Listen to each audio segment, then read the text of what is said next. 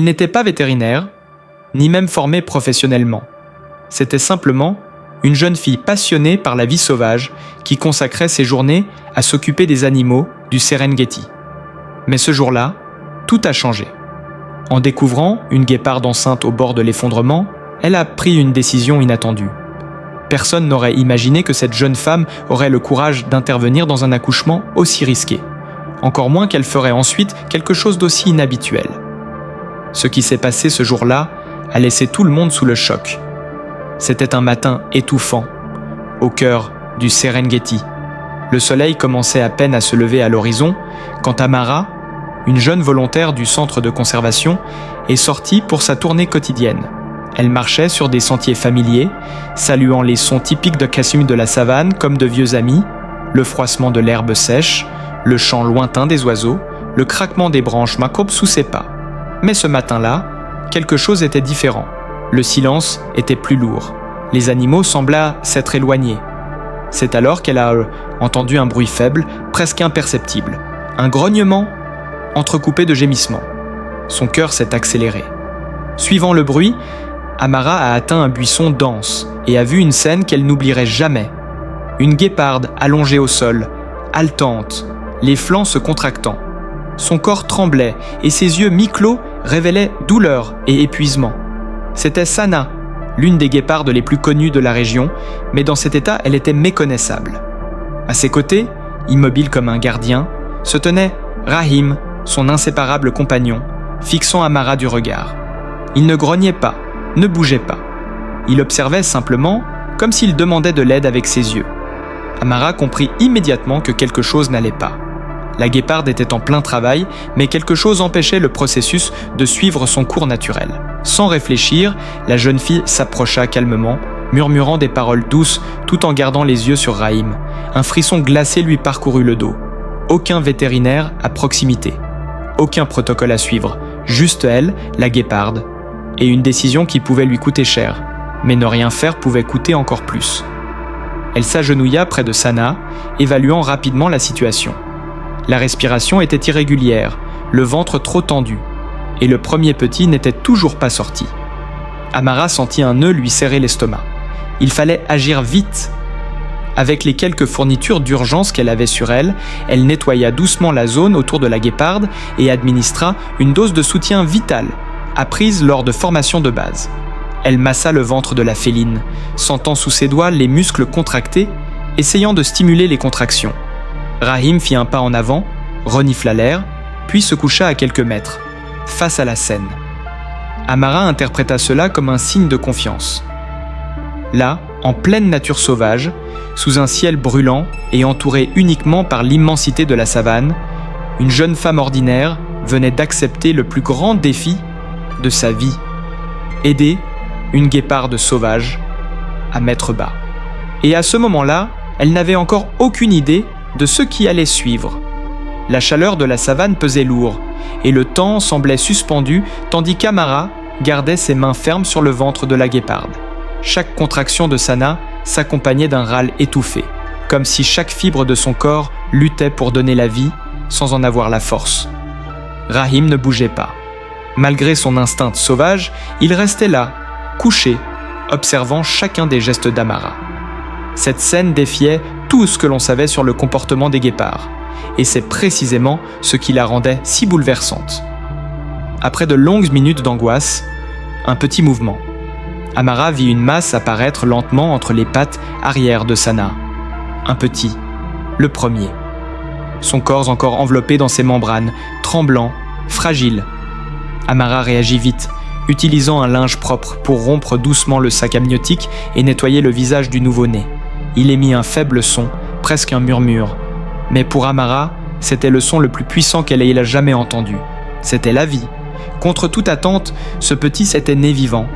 Mais Sana ne réagissait pas comme prévu. Elle était épuisée. Ses yeux restaient mi-clos et sa respiration demeurait irrégulière. Amara savait que la mise bas n'était pas terminée et que le pire pouvait encore arriver. Quelques minutes plus tard, de nouvelles contractions. Le second petit commença à sortir, mais avec encore plus de difficultés. La jeune femme appuya doucement sur l'abdomen de Sana, guidant de ses mains le processus naturel que le corps de la guéparde n'était plus capable de terminer seul.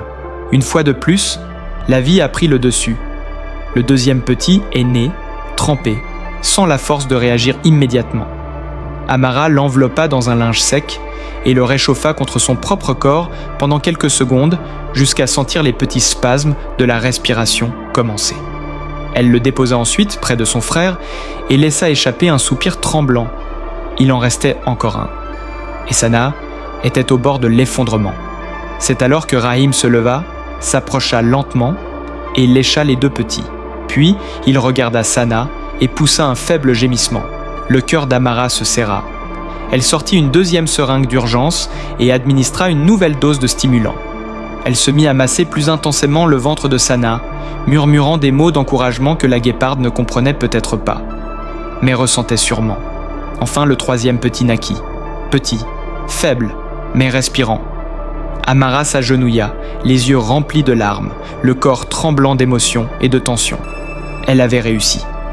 Contre toute attente, avec ses propres mains et le courage de celle qui n'a pas d'autre choix, elle avait aidé à faire naître 3 nouvelles vies.